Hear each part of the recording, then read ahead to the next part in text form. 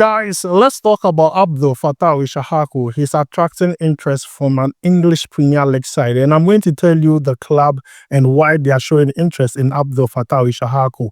We're also going to talk about Jordan Ayew, Tariq Lamptey, Salis, ABDULAMED, amongst many others. But before we jump into it, don't forget to like, subscribe, and also turn on notification. My name is Adam. You're watching SportsCornerGH. Quickly, let's jump into it and begin with Fatawu Issahaku. Now, in my previous video, when I talked about Fatawu Issahaku's latest transfer update, I told you guys that there was a club in the EPL who is showing serious interest in signing Fatawu Issahaku from Leicester City. But then Leicester City said he was not for sale. Now the club have been revealed. The name of the club is Everton. And the person pushing for this move is the coach of Everton, David Moyes. He wants Fatawu Issahaku at all costs. Now, the reason why David Moyes wants Fatawu Issahaku is because of what he did with Leicester City in the Championship when he was on loan from Sporting CP.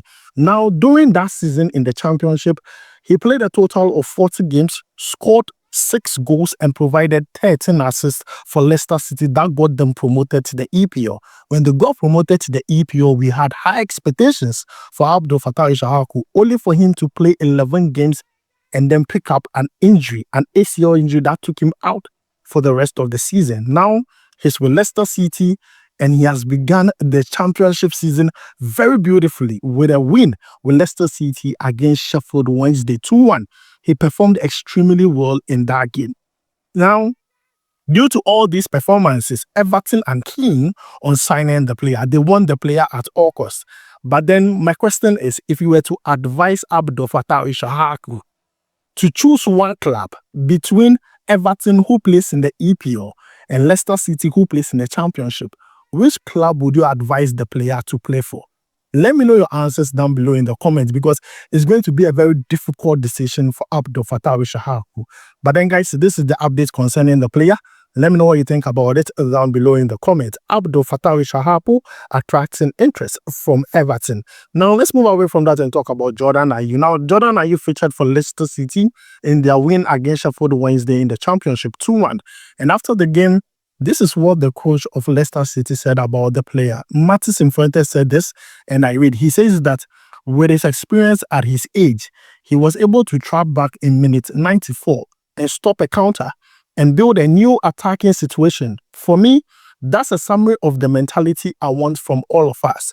This is what the Leicester City coach had to say about Jordan Ayew. And I'm happy. You see, Jordan Ayew was not given the opportunity that he's getting now. The attention was not given that when Ruud van Nistelrooy was the coach of Leicester City last season. Now he's getting that, and I hope that he proves a lot of people wrong.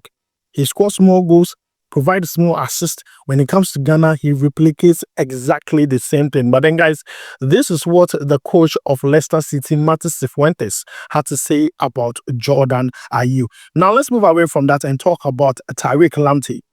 Now, let me begin by saying this. Tariq Lamptey, at a point, was a free agent. But then, to our surprise, we saw that he signed a 1-year contract extension with Brighton and Hove Albion. During those periods, he was injured. Now, this player has really struggled with injuries here and there. He can't go through a season without getting injured. That is my problem with Tariq Lamptey. You see, injuries are part of football. You can't take it away.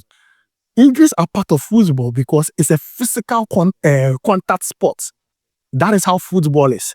But this player, what I'm happy about is anytime he makes a return from injury, he's unbenchable. You can't bench him.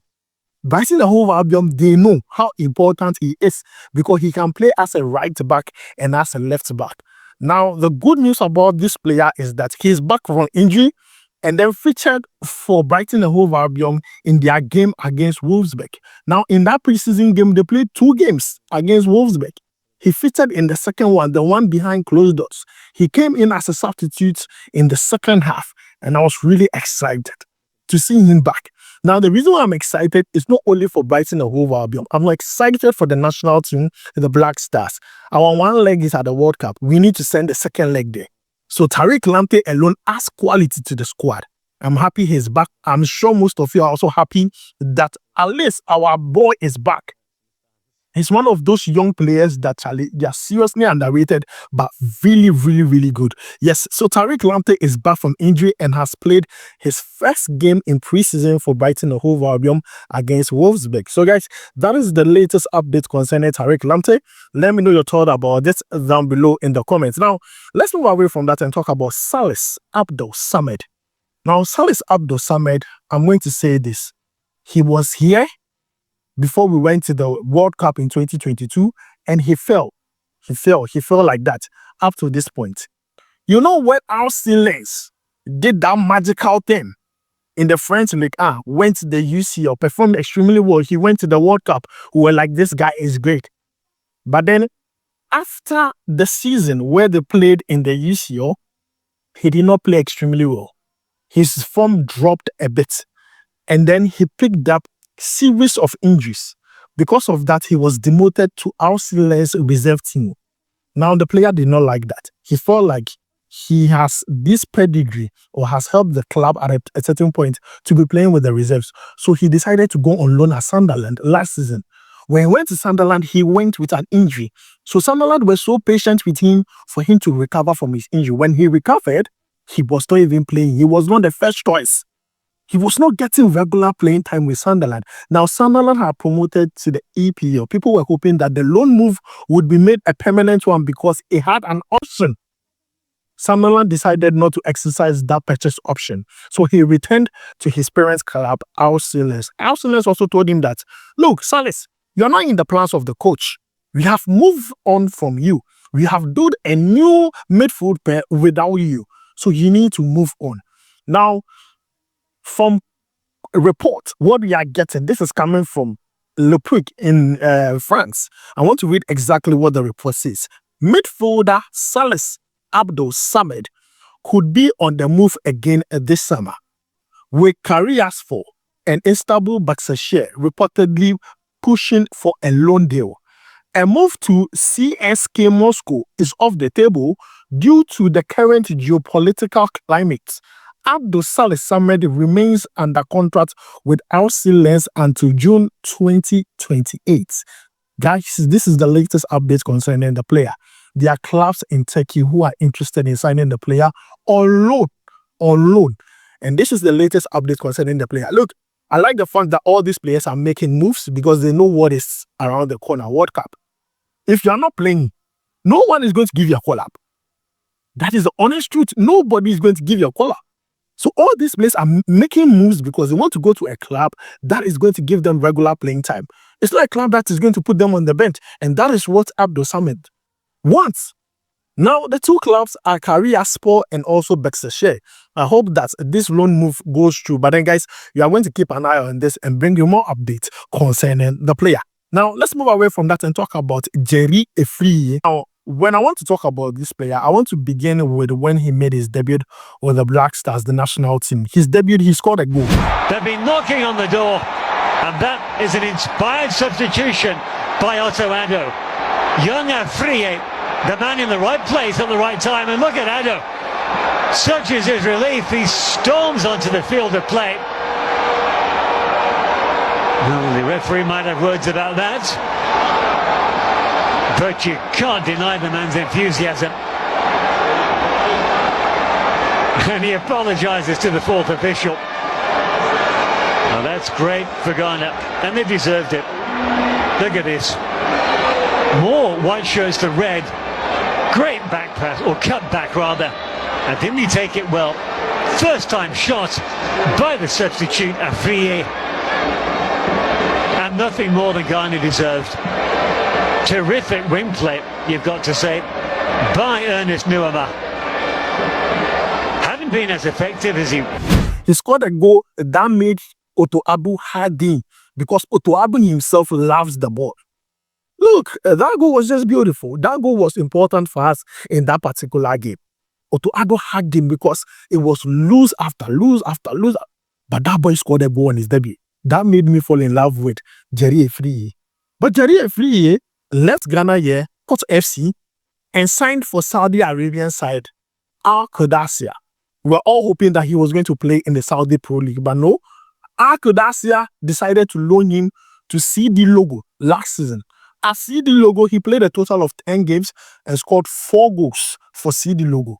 You could remember a point when Ghana under-20 were playing in the AFCON. JERE Afriyie was playing for his club side, comes to the Ghana camp, plays the next day, goes to his club side, plays. It was so funny. It was like he was playing for 2 clubs at the same time. I'm telling you, it's like people really forget what he did within that period. I loved his professionalism because he was in the Ghana camp with the under-20s, plays a game, the next day he's on a flight going to his club side, see the logo, plays another game, scores a goal, the next time he's on another flight, coming back to Ghana under-20 team. Yes, he did extremely well for his club side. But then, Arkedasia are not willing to sell him. So now, they feel like he's a young player they want to develop. The latest update concerning JERE Afriyie is that he has completed a season-long loan to Belgian top flight side RAL. R-A-A-L. La Lovell. I hope I got the pronunciation right. Tali. RAL Al Lovell. It didn't end. But then, guys, you can see the name here live on the screen. That is where JERE Afriyie is going to play his football come next season in Belgium. I'm not going to lie to you. The Belgium Pro League is a league that is good for projecting young talent. And I'm happy that he's going there. If he's able to get at least 10 goals in a season, he's up there. Trust me. His market value is going to shoot up. It's just a matter of time. We just want to see him play good football because he's one player I feel like we need to invest time and money into. He's going to come correct. JERE Afriyie is that guy. Now, let's move away from JERE Afriyie and talk about Mario Balotelli. So Mario Balotelli in an interview was asked, why are you playing football at this age? Like, would you retire? It was like, me, let me retire. No. If a team can trust me enough to give me the opportunity to play, I'm going to show what I can do. But he also added that he has a dream to fulfill. That dream is to play for Real Madrid. Mario Balotelli, he's a whole character on his own. You understand? He says at this age, he has a dream to fulfill. That is to play for Real Madrid. As to whether he's going to play or not, it's just a matter of time. But then, this is coming from Mario Balotelli. Let me know your thoughts about it down below in the comments. Lastly, let's talk about Ernest Poku. Now, Ernest Poku is a Dutch-born Ghanaian player who plays for AZ Alkmaar, did very well in the last season. Now, we heard he was attracting interest. Como came close to signing the player. It did not work. Now, what we hear is Bayern Leverkusen are almost done with a 10 million euro deal for the player. The player is set to join the club. Yes, Ernest Poku. And this player has made it very known that he wants to play for Ghana when the opportunity comes. But then this is the latest update concerning the Dutch-born Ghanaian player, Ernest Poku, from AZ Alkmaar to Bayer Leverkusen for 10 million euros in total package. So guys, this is where I'm going to end today's video. Don't forget to like, subscribe, and also turn on notification. I'm going to bring you more updates.